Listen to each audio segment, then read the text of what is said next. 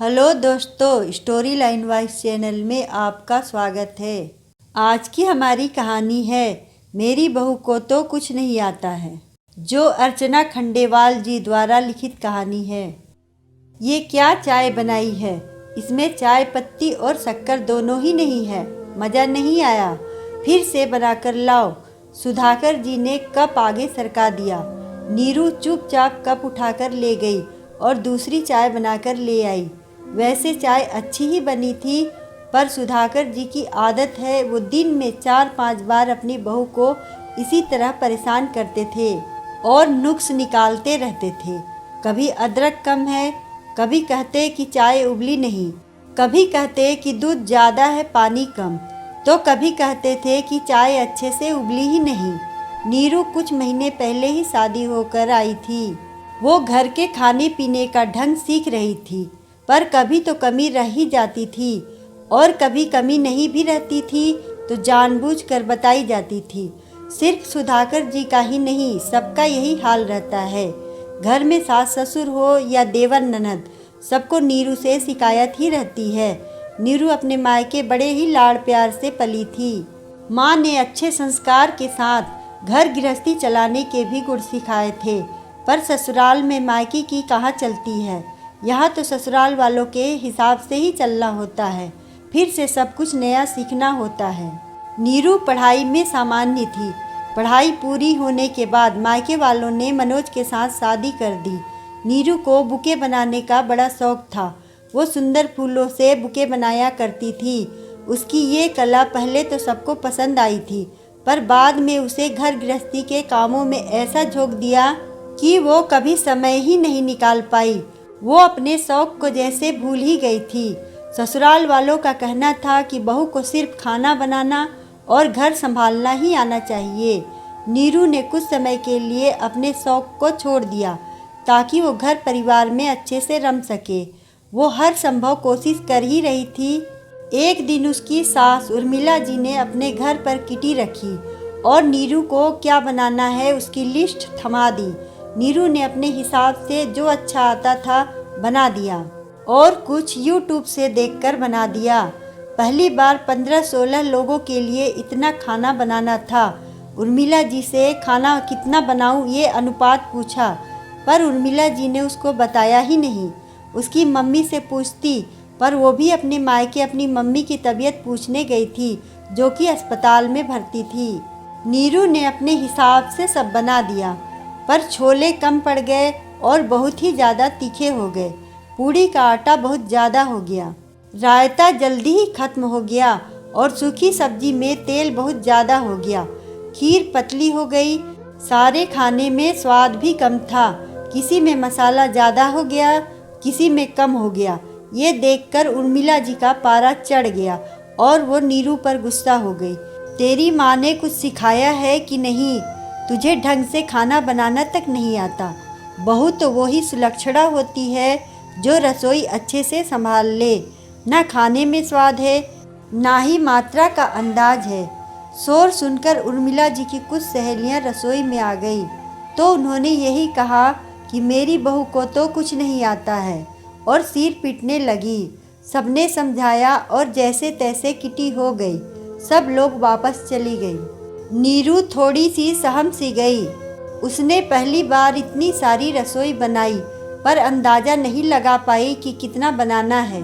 रात को मनोज को बोली तो उसने एक टूक जवाब दिया, ये रसोई और खाने की बातें मुझसे मत किया करो मम्मी, और तुम जानो ये तुम सास और बहू के बीच की बात है, इसमें मुझको मत घसीटो। मनोज करवट लेकर सो गया। आज नीरू को बहुत बुरा लग रहा था। उसके अपने पति को ही उसकी तकलीफ और आत्मसम्मान की जरा भी फिक्र नहीं थी। उसकी दिनचर्या ऐसे ही चल रही थी। एक दिन उसकी ननद सुबी बोलती है, जो उसकी हम उम्र थी, भाभी आज मेरी सहेलियां लंच पर आ रही हैं, आप चाइनीज़ बना लेना। लेकिन मुझे चाइनीज़ उतना अच्छा बनाना नहीं आता है, नीरू ने तुरंत कहा। इस पर सुबी बोली, क्या भाभी आपको तो कुछ भी नहीं आता है, यूट्यूब तो है, उससे देखकर बना लेना। सिर्फ 5 ही तो सहेलियां आ रही हैं। मैं कुछ इंडियन फूड बना दूं, पर सुभी ने सब दरकिनार करके चाइनीज़ खाना ही बनवाया। उसकी सहेलियां खाना खाते हुए बहुत हंस रही थी। यार, इससे अच्छा तो कॉलेज के बाहर जो टपरी लगाकर बेचता है वही खा लेते, बेकार ही मुंह का स्वाद खराब कर लिया। सुभी फिर गुस्सा होकर बोली, क्या भाभी, आपको तो कुछ भी ढंग से नहीं आता है। अपनी सहेलियों के सामने सुभी ने नीरू को अपमानित कर दिया। नीरू मन महसूस कर रह गई। ये क्या जरूरी है कि हर चीज़ बनानी ही आए। बहू हूँ तो क्या हुआ, मशीन थोड़ी हूँ, जो कहो वो हाजिर कर दूँ। फिर अभी शादी हुई है, इतना रसोई का काम किया ही नहीं तो एकदम से कैसे आएगा। पर किससे कहती, इसलिए चुप हो गई। नीरू को काम सब आता था, लेकिन उसने पढ़ाई के कारण काम इतना किया ही नहीं था और आदत भी नहीं थी। अब सासू माँ को तो सालों की गृहस्थी का अनुभव था, पर उसकी शादी को तो कुछ ही महीने हुए हैं, तो वो कैसे सबकी अपेक्षाओं पर खरी उतरती। मनोज तो उसके दिल का हाल जरा भी नहीं सुनता था। वो घर से ऑफिस और ऑफिस से घर ही आता जाता था। वो नीरू की भावनाओं को जरा भी नहीं समझता था। नीरू ने मनोज से कहा कि वो बुके का काम फिर से शुरू करना चाहती है। उसे फूलों और प्रकृति से बहुत प्यार है। फूलों की खुशबू और फूलों के रंग उसे अपनी तरफ खींचते हैं। वो ज़्यादा दिनों तक अपने शौक से दूर नहीं रह पाएगी। उसे लोगों को बुके बनाकर देना बहुत पसंद है। दिन में कुछ घंटे वो अपने लिए निकालना चाहती है, पर मनोज ने मना कर दिया। बुके बनाने के अलावा तुम्हें और कुछ भी आता है या नहीं? मैं अच्छा कमा रहा हूँ, मुझे तुम्हारे पैसों की ज़रूरत नहीं है। बुके बनाने में जितना समय नष्ट करोगी उतना समय तुम घर के काम काज और खाना बनाने सीखने में लगाओ तो बेहतर रहेगा। नीरू के लिए अब सब कुछ असहनीय हो रहा था। उसे उदास देखकर उसका छोटा देवर संजय बोलता है, भाभी आप उदास मत हो, मेरा एक काम कर दोगी क्या? कल मुझे ऑफिस से आने में देर हो जाएगी तो आप ये पार्सल मेरे दोस्त को देकर आ जाओगी। कल उसका बर्थडे है और मैं उसे सरप्राइज़ देना चाहता हूँ। सुभी परीक्षाओं में व्यस्त है, भैया को कह नहीं सकता और उसका घर अलग रास्ते में पड़ता है। मैं उठता भी देरी से हूँ तो मैं नहीं जा पाऊँगा। आप ये स्कूटी की चाबी ले जाना, मैं आपको घर का पता भी दे दूँगा। ये कहकर संजय ने गिफ्ट दे दिया। लेकिन मुझे स्कूटी चलाना नहीं आता है, मैंने कभी स्कूटी चलाई नहीं। ये सुनते ही संजय भी झल्लाकर बोलता है, क्या भाभी, आपको न ढंग से खाना बनाना आता है और ना ही स्कूटी चलाना आता है, आखिर आपको क्या आता है? संजय भैया, मैंने स्कूटी सीखने की कोशिश की थी, पर मेरे हाथों एक एक्सीडेंट हो गया था। तब से मन में डर सा बैठ गया है।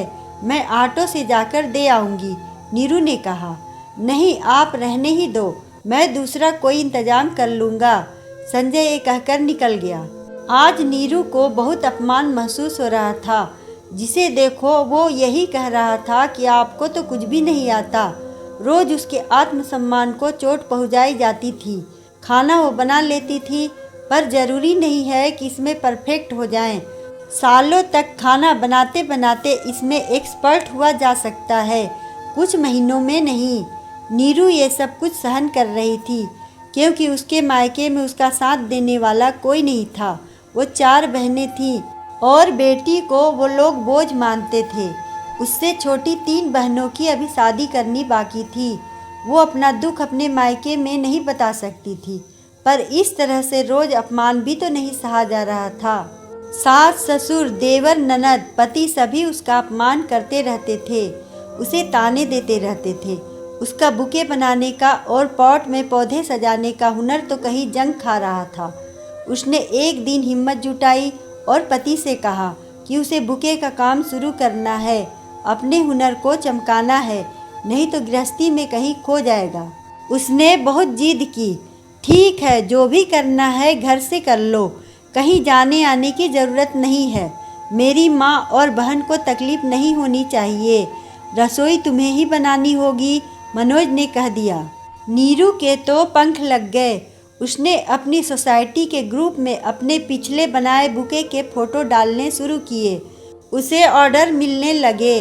नीरू के काम की सभी तारीफ़ करने लगे और उसकी अच्छी कमाई होने लगी। ये देखकर मनोज ने भी उसे सहयोग देना शुरू किया। अब घर के बाहर वाला स्टोर रूम नीरू ने काम में लेना शुरू कर दिया। शादी ब्याह हो या वैवाहिक वर्षगांठ, उसे बुके बनाने के लिए अच्छे ऑर्डर मिलने लगे। और कॉरपोरेटर जगत में भी सीनियर का वेलकम हो या कोई मीटिंग, उसके बुके जाने लगे। अब और रसोई में कम ध्यान दे पाती थी। उर्मिला जी ने अपने बेटे से शिकायत की तो उसने अपनी माँ से कहा, मम्मी हम खाना बनाने वाली रख लेते हैं। नीरू तो अब व्यस्त रहने लगी है और अच्छा भी कमाने लगी है, तो हमें भी सहयोग करना चाहिए। नीरू खाना बनाएगी तो बुके के ऑर्डर पूरे नहीं कर पाएगी। अपने बेटे के मुंह से ये बात सुनकर उर्मिला जी दंग रह गई। पर जब पति पत्नी की तरफ बोले तो पत्नी को ससुराल वाले एक ताना भी नहीं दे सकते हैं। पति का साथ बहुत जरूरी है। अब नीरू का आत्मविश्वास और भी बढ़ने लगा था। घर का स्टोर रूम माल और सामान के लिए छोटा पड़ने लगा। बाहर किराए की बड़ी सी दुकान ले ली और मदद के लिए 2-3 लड़कियों को रख लिया गया। बुके के साथ नीरू पौधों में सजाकर पॉट भी बेचने लगी। उसके सजाए पॉट भी बहुत सुंदर ही होते थे। बड़ी बड़ी मीटिंग्स में उसके पॉट गिफ्ट किए जाने लगे। इसी के साथ वो पर्यावरण की रक्षा के लिए पेड़ भी लगाने लगी। शहर में पेड़ों को लेकर जागृति फैलाने लगी। उसके कार्यों को देखकर शहर में उसका सम्मान किया गया। पत्नी की सफलता और उसकी कमाई पर मनोज अब खुश रहने लगा। जब मनोज खुश था तो नीरू को सास ससुर देवर ननद भी कुछ नहीं कह पाते थे। अब नीरू ने अपनी कमाई से कार खरीद ली और ड्राइविंग भी सीख ली। एक सुबह वो घर से दुकान के लिए जा रही थी तो उसने देखा उसके देवर की बाइक खराब हो गई है। तो उसने आवाज़ लगाई, संजय भैया आपको छोड़ दूं? मुझे स्कूटी तो नहीं पर कार चलाना ज़रूर आता है। ये सुनकर संजय शर्मिंदा हो गया और उसने नीरू से माफ़ी मांग ली। नीरू ने अपनी सफलता के लिए अपनी ननद सुभी की सहेलियों को बुलाया और शहर के सबसे महंगे चाइनीज रेस्टोरेंट से चाइनीज फूड मंगवाकर खिलाया तो सब तारीफ करने लगे और खूब धन्यवाद देकर गए। सुभी मैं अच्छा चाइनीज फूड तो नहीं बना सकती हूँ पर तुम्हें शहर के सबसे अच्छे और महंगे रेस्टोरेंट से मंगवाकर खिला सकती हूँ। तुमने अपनी सहेलियों के सामने मेरा अपमान किया था पर मेरी माँ ने मुझे यही सिखाया है, कभी भी किसी को कुछ भी कहना हो, कोई भी शिकायत या कमी की बात हो, उससे अकेले में कहो। किसी के भी आत्मसम्मान को चोट नहीं लगनी चाहिए, क्योंकि शरीर की चोट इंसान भूल सकता है पर आत्मसम्मान पर लगी चोट कभी नहीं भूल पाता। सुभी कोई भी इंसान परफेक्ट नहीं होता है, फिर बहू से ही ये उम्मीद क्यों करते हैं कि बहू हर काम में परफेक्ट हो, उसे सब तरह के काम आने चाहिए। सुभी की नज़रें शर्म से झुक गई। भाभी मुझे माफ़ कर दो, मुझे ये समझ आ गया है कि हर इंसान हर काम में परफेक्ट नहीं हो सकता। आपका हुनर अलग है, आपका शौक़ अलग है। आपको मौका दिया गया तो आपने उसमें ही परचम लहरा दिया। आज आप शहर की सबसे अच्छी बुके बनाने वाली हो गई हो। नीरू की सफलता से अब सास ससुर भी खुश रहने लगे थे। बेटा बेटी तो नाम रोशन करते हैं पर उनकी बहू ने तो अपने काम और हुनर से उनका ही नाम रोशन कर दिया है। नीरू अब खुश रहने लगी थी। एक बार मनोज ने मना कर दिया था पर फिर उसने हिम्मत नहीं हारी। दोबारा मनोज को हाँ करना ही पड़ा। अपने काम के प्रति जुनून हो तो सब कुछ संभव है, सिर्फ करने की चाह होनी चाहिए। दोस्तों, आत्मसम्मान सबसे बड़ी चीज़ है। उस पर चोट लगती है तो दर्द होता है। कई घरों में रोज महिलाओं का आत्मसम्मान रौंदा जाता है। उसके लिए ज़रूरी है कि वो आत्मनिर्भर हो, अपना कोई काम शुरू करे, उसमें सफलता मिलेगी तो पति और ससुराल वाले अपने आप सहयोग करने लगेंगे। फिर कोई नहीं कहेगा कि मेरी बहू को कुछ नहीं आता है। अगर आपको ये कहानी अच्छी लगे तो वीडियो को लाइक करें, चैनल को सब्सक्राइब करें और कमेंट में बताएं कि आपको कहानी कैसी लगी। धन्यवाद।